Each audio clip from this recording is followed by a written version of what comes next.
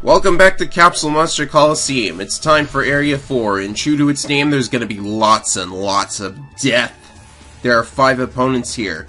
3 of them get speed killed, and the remaining 2 just have all their monsters blown up by Blast Juggler and friends. First up is Dark Merrick, or Yami Merrick, or Melvin, or whatever you want to call the guy.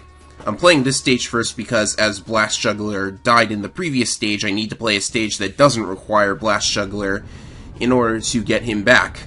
Otherwise, I have to surrender and waste time, and you know all this already. Melvin. Melvin is my least favorite Yu-Gi-Oh! Villain out of the original 3, those being Bakura, or Florence as I call him, Pegasus, and Merrick. I mean, it's just a matter of him not being nearly as interesting or as much of a mastermind, and he's a terrible duelist, that's for certain too. Not only in the show, but in this game as well. Believe me, if any of the characters in the show had actually played smart, Merrick would never win a single duel. This has been proven. Anyhow, on more relevant matters, the stage itself. He's using a wind symbol, which is just inexplicable in my opinion. He switches to a fire symbol in the refight. Yes, there are in fact boss rematches in the final area of the game. We're playing a friggin' Mega Man game, apparently. All we're gonna use are a couple of Drollbirds here, but I should mention that in this stage there's a particularly weird thing that I've noticed. I'm not even sure if it's actually there. I could be just making this up. But I swear, I've seen the computer change its monster formation on different playthroughs of the stage. Now, there is a possible explanation for this. I have always attacked first on this stage, and as we all know, whoever goes second gets to choose which corner of the board they start in. So it is entirely possible that, since Merrick is going second, he will sometimes choose a different corner of the board. It hardly matters, because this is a symmetrical board anyways. But, by choosing a different corner of the board to start in, he also changes the monster formation that he starts with. So that's a possibility. And to make up for that deviation possibility, I'm going to include a pair of Karibos in my strategy to do what they usually do, which is to shield the main attackers. The thing about this stage is that it has a particularly bothersome gimmick. Anytime you step on one of the tiles on the board there, the opposite tile on the other side of the board sinks below the poisonous gas. You'll see it right here when I move the Drollbird, and the camera helpfully zooms in on it. Any monster that ends its turn in a gassed tile is going to take 50 damage on the next turn. It's not affected by element, and there's no way to avoid it. If you step on it, that is. The tile won't sink if there's a monster already standing on it, so you can't do that as part of your strategy. But unfortunately, for the speed kill, we have to step into the gas, which means that our Drollbirds can't take more than 115 damage. Otherwise, they'll just get blown up. And I suppose it doesn't matter that much, because the next stage that I'm going to play doesn't use any Drollbirds, but still, it's kind of annoying. So I cast the Karibo shields on them. Now, on previous runs of this stage, Merrick used to send one of his monsters way to the right of the board. This monster right here, in fact. The Drollbirds would have been out of its range if they had, and then they would only have to resist one hit from the Blast Juggler, which is this monster. That's right, this is the stage where I would originally have gotten a Blast Juggler. And it is possible to get another one if you use, I don't know, a third monster or something, and you could even pick up the twin-headed behemoth if you wanted to. It's got a similar range to a monster we'll be getting later on, except its AP cost is lower, so that's kinda cool. But you can also purchase it in the shop, so if that winds up enabling any interesting strategies, I'll let you know. So as you can see, we can take out his symbol in one hit from here. That was rather anticlimactic for somebody who's supposed to be the ultimate evil that the Pharaoh eventually is destined to take down. Or maybe Ishizu was making a mistake and she actually mistook Florence for Merrick. I haven't decided yet. The plot of Yu-Gi-Oh! Just got weird when Battle City started up. Not even sure why they needed to create the Egyptian god cards, but I suppose actually having trading cards being a part of a show about trading cards was something they needed to do eventually. Anyhow, that strategy leaves us with no monsters to take from him except for Two-Mouth Dark Ruler, which isn't that good. For a fire symbol player anyways. I maintain that the fire symbol is the best choice because the wind and fire monsters available to you are just so versatile and so cheap to use and have the highest availability for when you're allowed to use them that it's just the better choice, but you know, we'll see in the future. It may even be possible to play this game with the Earth symbol since by using it, your Earth monsters become nigh indestructible at the end of the game. I mean, I've seen some Earth monsters, like, with a maxed out symbol, they have 4 figures of health. Amazing. This is another gimmick stage. The speed kill is pretty easy to figure out here. Actually, it's not the AI's fault. I'm gonna blame the level design for it. I mean, this stage's speed kill is completely intentional. Just like one look at the board and how it's set up should tell you that. But a speed kill is a speed kill either way. I'm gonna use Blast Juggler in this level. You don't really need to because, as you may or may not have saw in the other video I posted, a pair of Thunder Kids works just as well. But I only have one level 4 Thunder Kid and one Blast Juggler. Blast Juggler could destroy the symbol in 1 hit. Thunder Kid takes 2 hits to destroy it. But because the computer is actually smart for once, go figure, when faced with a situation where damage is unavoidable, the computer will try to put the symbol wherever it would take the least amount of damage. So forcing it to take 2 hits from the Thunder Kid is, unfortunately, something we'll have to do. You can see what the gimmick here is. The symbols both start in the center of the board where they are very vulnerable to getting attacked if you take too long to defend it. So naturally, we're going to use the fastest monsters available to us and just destroy Shadi's symbol outright before the guy can do anything. Kind of unfortunate. I mean, Shadi in the dialogue states that he uses strategies honed for millions of years or some kind of stupid crap like that. Well, we've got strategies that we just came up with right this second, and they're infinitely better than what he came up with, so moving the symbol there is actually part of my strategy because you can block the symbol, the enemy symbol, from moving a certain way if you so desire. And I do kind of want to do that. Now it can't move diagonally downwards, which would, I guess it wouldn't mean too much if the symbol were allowed to move wherever it wanted, but I also want to move my symbol, otherwise it's going to be vulnerable on a certain turn. I've gotten trapped on occasion by that thing. The fastest monster Shadi has is the One-Eyed Shield Dragon. And speaking of whom, I wound up never using Harpy Lady or One-Eyed Shield Dragon the entire run. I said I needed those monsters. It was a lie. Harpy Lady's kind of expensive anyways. If you were to fuse 3 Harpy Ladies, you can't do this in a speedrun because you need 3 Harpy Ladies and My Valentine only has 2. But if you fuse 3 Harpy Ladies, you get Harpy Lady Sisters, which have an amazing combination of range and attack power. Something to consider for any multiplayer matches you're doing in the future, I guess. Not sure why you would play this in multiplayer. The thing is pretty unbalanced. Like, it's either fire monsters or I guess earth monsters. I don't know what else you would do. I don't think earth monsters could stand up to fire monsters if the symbols are maxed. So you'd probably want to play this game without maxed symbols. Or something like that.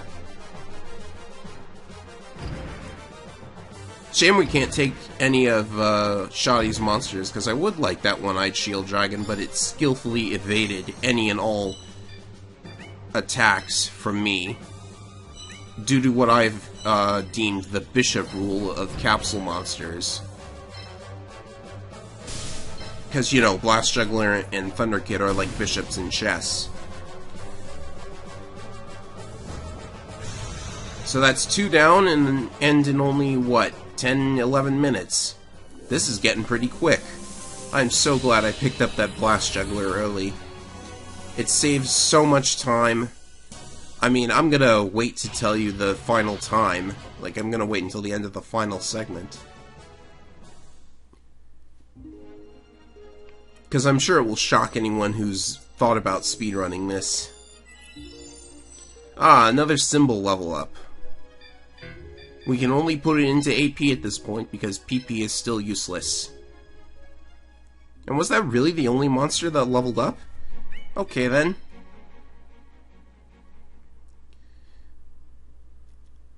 Now, if I'm not mistaken, next up should be Ishizu, who has the most hilarious speed kill ever.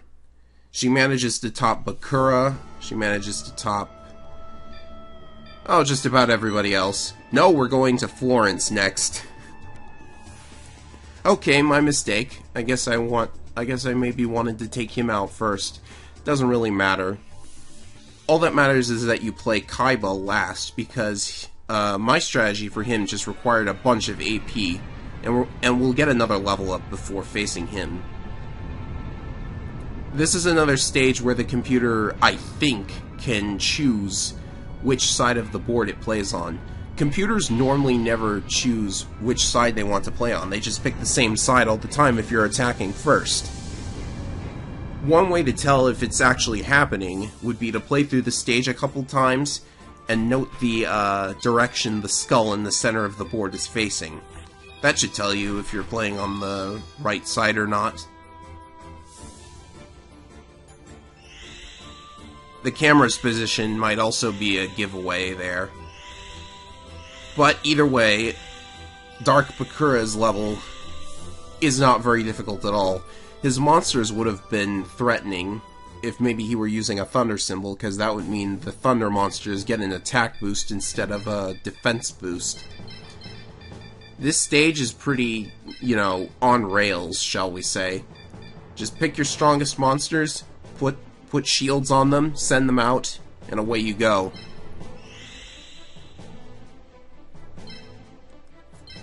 Since Kaiba can't move in order to use its ability, one thing that you could do was stick 2 monsters next to your Kaiba at the start of the game. Summon Kaiba and then one of the adjacent monsters, and then on the next turn, shield them and summon the other 2 monsters that are adjacent to the Kaiba. That's a little slow, though.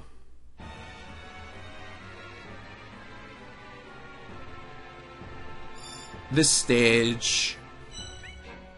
I can't remember how the map changes, if at all.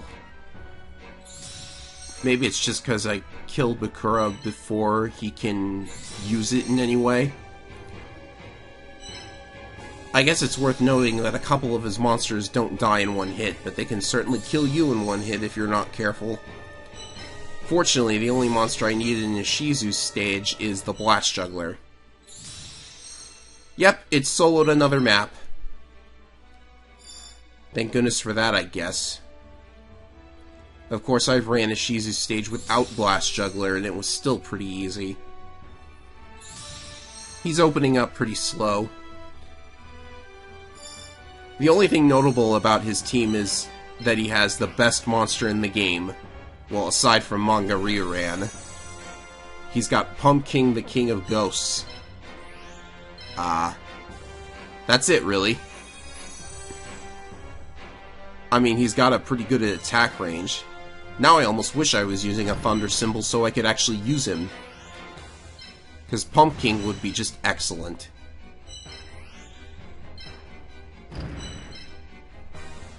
I suppose they couldn't bring in Dark Necrophy or anything for this game, but it doesn't really matter much to me. Just gotta get to his monsters first. Any second now. Oh, another Needle Ball. I'll get revenge on them this time. Now I actually can kill them in one hit.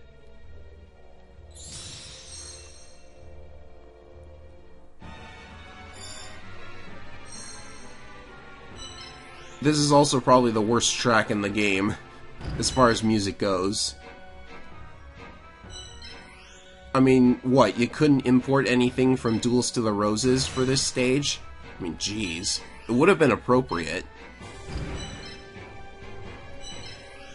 And now for Operation Rush In Blindly with no consideration as to whether or not you're going to get killed in one hit. I don't think they can kill me in one hit. I think it'll take most of them 2 hits, but it's pretty scary nonetheless.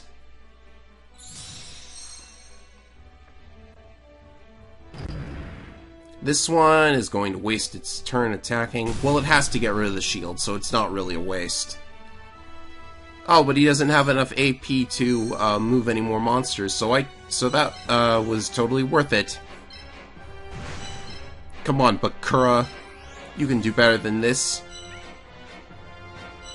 You're a much better villain than Zark from Arc 5. Yeah, I've been keeping up with Yu-Gi-Oh! Arc 5. I don't know why.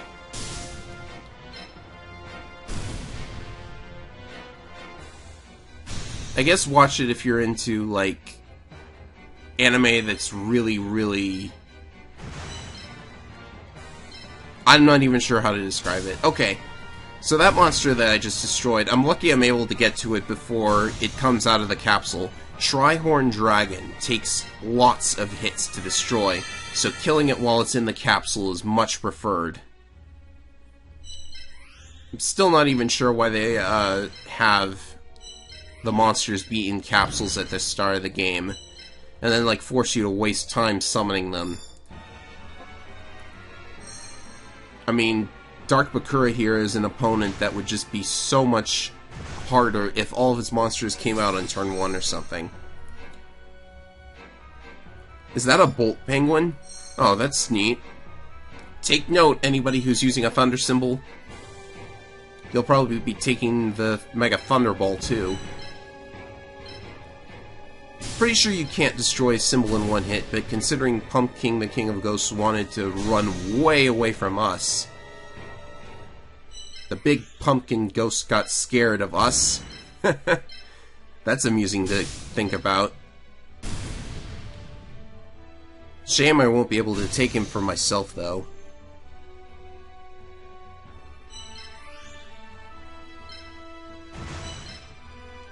Is it gonna die in one hit? No, it's not. Came up short. Maybe with better monster positioning, I could inflict the other hit needed. But I really don't mind the extra turn at this point.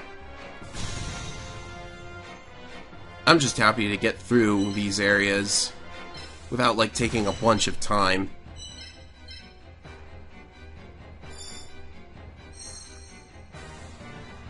So there's really not a lot he can do. There's no way to avoid getting hit on the next turn.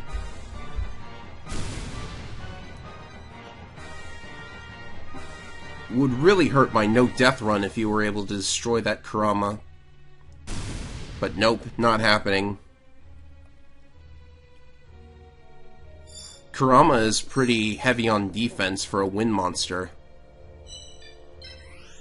Which is why I'll give it the final hit. Wow, only 17 points away from destroying Pumpkin. I would have considered routing Bakura if it wouldn't have taken me a couple more moves. Since I'm pretty sure that every monster you destroy in a battle adds to the bonus experience that you get at the end of the round. That seems to be the case. There's a lot in Capsule monsters that I'm still not sure about. like what the bonus is if you have an advantage over the enemy's attribute. I know I said it was just, oh, their defense is halved, but that seems to only apply to light monsters when they're being hit by a thunder monster. If a light monster strikes a dark monster, for instance, it seems to gain like a quarter extra damage. I'm not even sure. It's something I'd have to research, and I'm not even sure if I want to research it anyways, because in this game it seems that the best course of action is to just use the monsters with the highest attack and not get caught in blind spots. Especially for a speedrun. Now we take on Ishizu's stage. She uses another wind symbol, which is pretty cool, actually. The more symbol variety we get, the better. There are just too many light and dark symbols in this game. There's only one enemy with a thunder symbol, and that's Mokuba, which would be strong against light monsters, which his older brother uses. Anyhow, the speed kill on Ishizu is about to ruin the best song in the game by far. So, I'd like to apologize up front for that.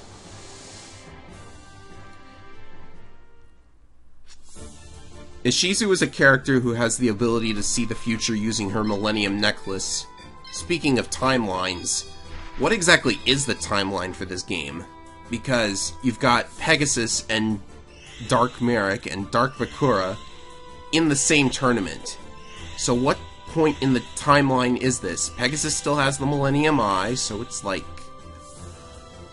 I don't even know. Anyhow, either the Millennium Necklace is malfunctioning, or Ishizu has already seen that she's about to get speed killed here. And it's probably the most amusing one of the bunch. This stage, as you can see, consists of many large columns with big gaps between them. The gaps can be jumped over. And I guess I should attribute this to bad level design rather than bad AI. Because, come on, letting us jump right into the enemy's starting area from the get-go is... What were you guys thinking? Did Konami, like, not test this, or were they just... I guess they just didn't test for any possible speed kills, or they didn't care. It doesn't really matter to me, though. I mean, I'm happy with just ending this stage as soon as possible and getting the monster I want. That monster is sitting in the wind capsule on the far right there. And she's only going to summon one monster on her first turn. I'd give up. So yes, you can jump that gap with anything that moves 3 spaces and diagonally. I originally played this stage with that kind of a strategy using Kurama's, and she just... oh god. She just moved the wood monster into range of the fire monster. And none of our other monsters can attack the fire monster if it decides to make that play. Here it is. Jeez, Ishizu. And I got a level up for it, too. It may not be worth it in particular to level up wind monsters, but it's certainly worth it to level up fire.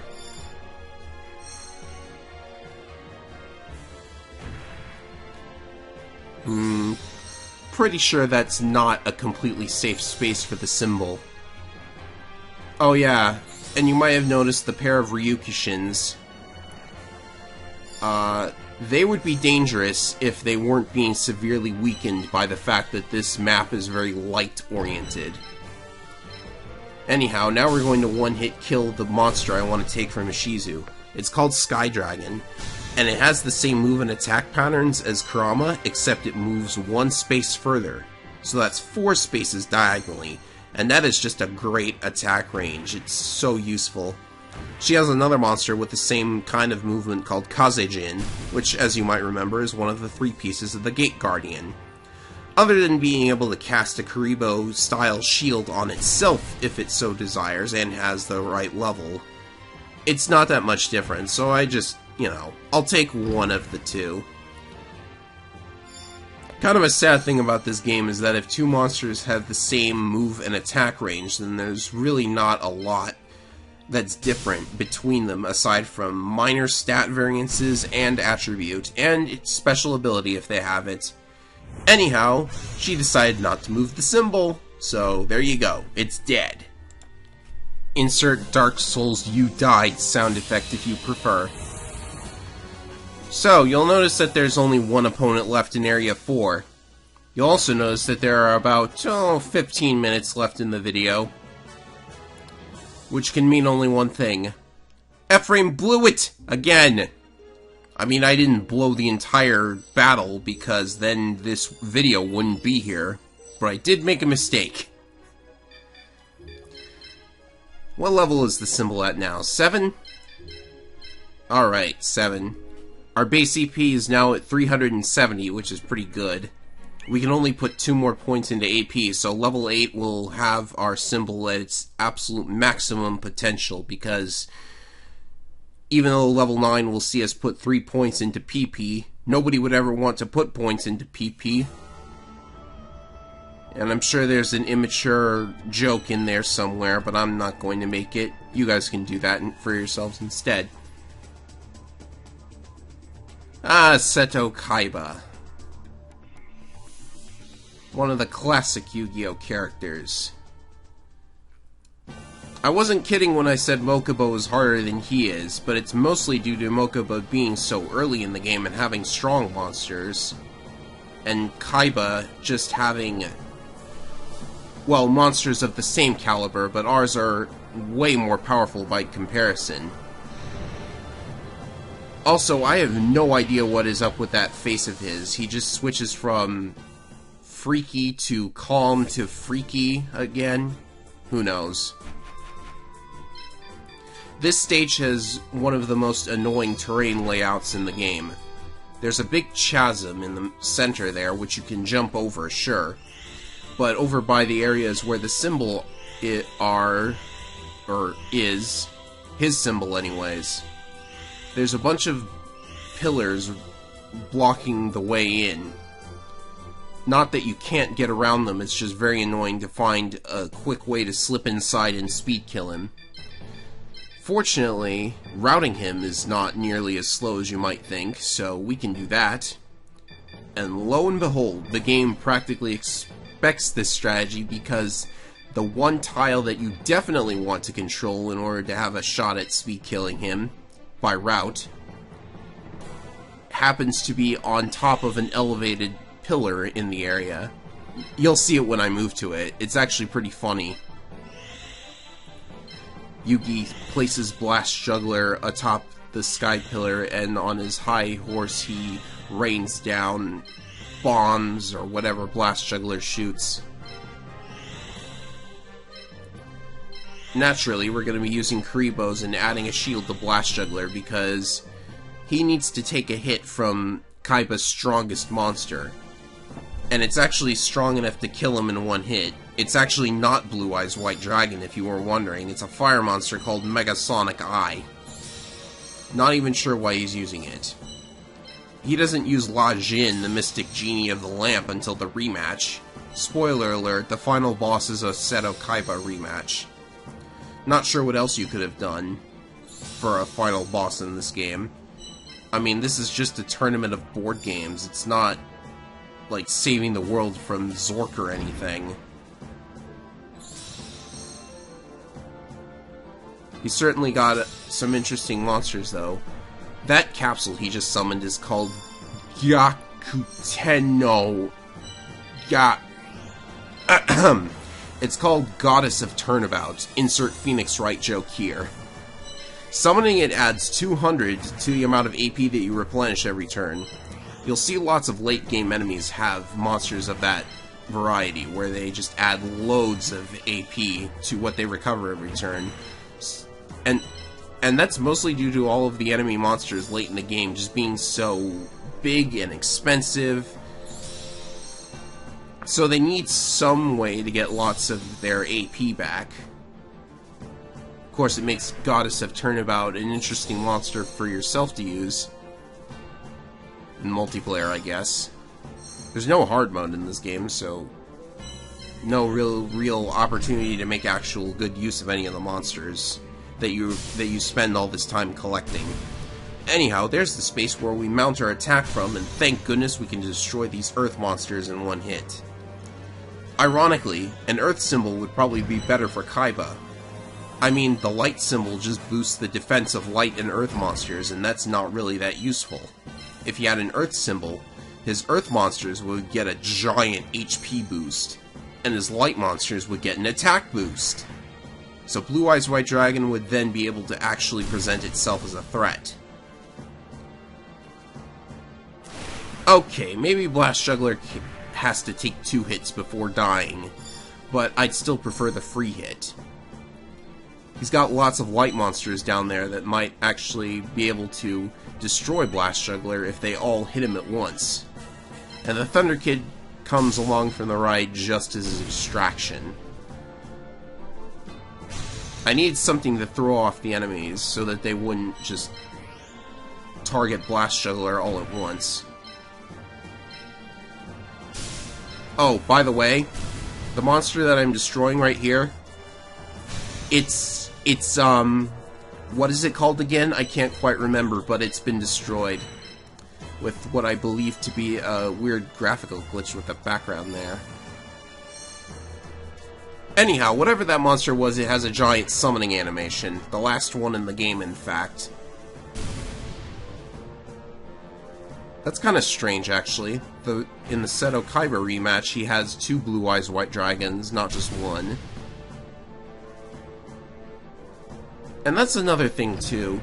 There are a bunch of monsters in this game that you have to fuse and evolve to get. I've already told you this. But one of them is Blue Eyes Ultimate Dragon. So, in the single-player campaign, you never have to face down Blue Eyes Ultimate Dragon, ever. Oh, hey look, the symbol's vulnerable. It's got 550 hit points, so good luck destroying it in 1 hit. Unfortunately, I've made a critical mistake here. You'll notice that the symbol is perched way in the corner. And you'll also notice that my 2 monsters that I've brought all this way and spent the majority of the game moving around, they have a blind spot, is what I'll say. So what does Kaiba do? He moves his symbol to where neither of them can hit the thing. And Thunder Kid's taking 1 for the team here, though.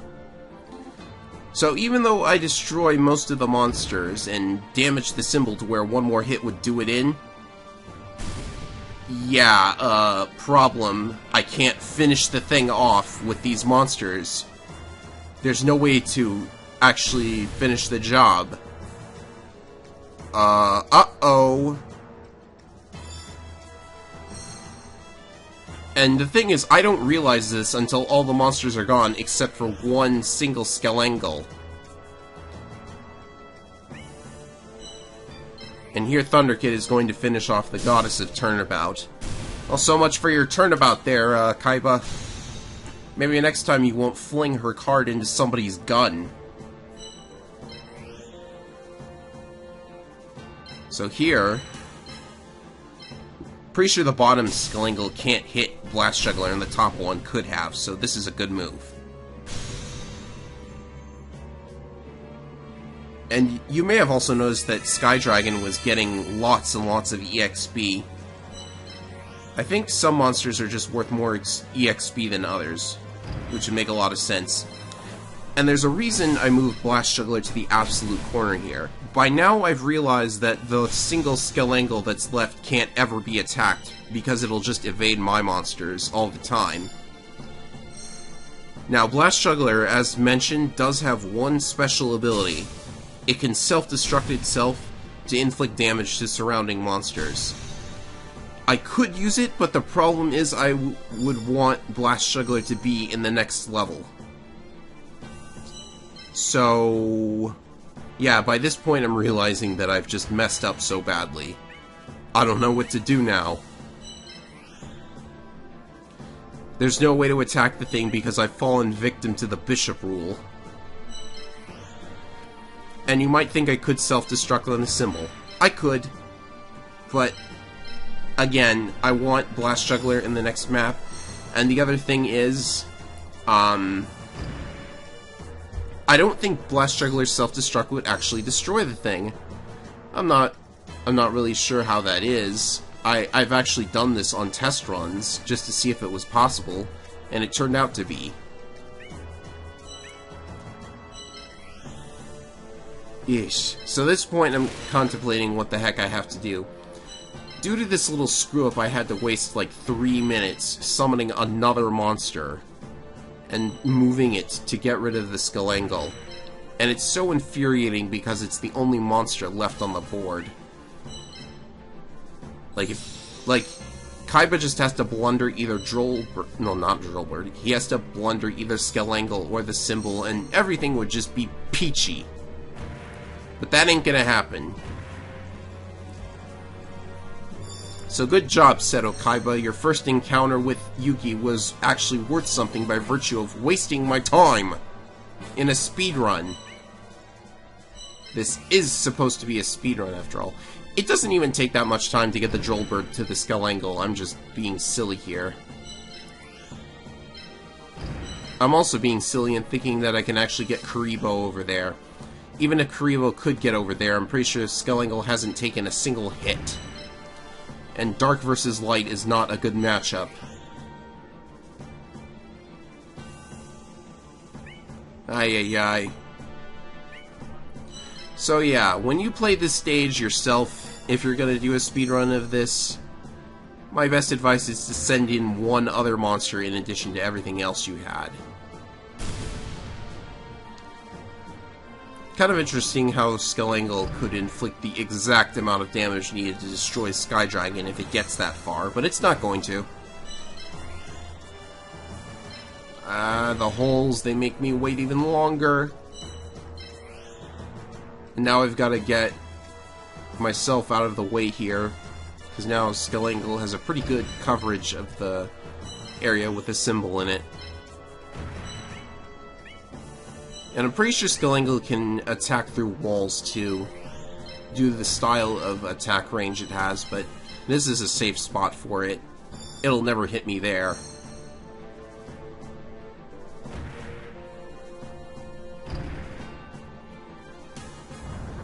Oh yeah, and because I waited so long, even bigger disaster strikes. The map animation starts.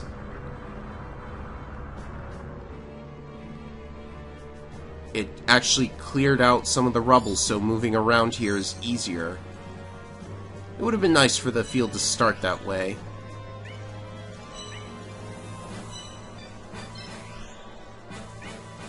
Not that it helps me get to the enemy symbol there.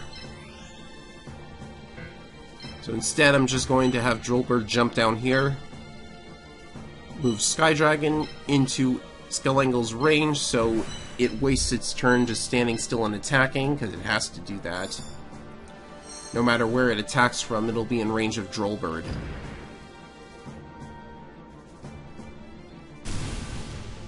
Lucky light monsters have such low attack power in this game. I actually think if you wait until Seto Kaiba summons Blue Eyes White Dragon, then it causes the map to power up light monsters more, which makes no sense. Not sure why he has that ability in this map specifically. Or it could just be a turn-based thing, I'm not sure. Either way, thank goodness, it's over. Area 4 clear.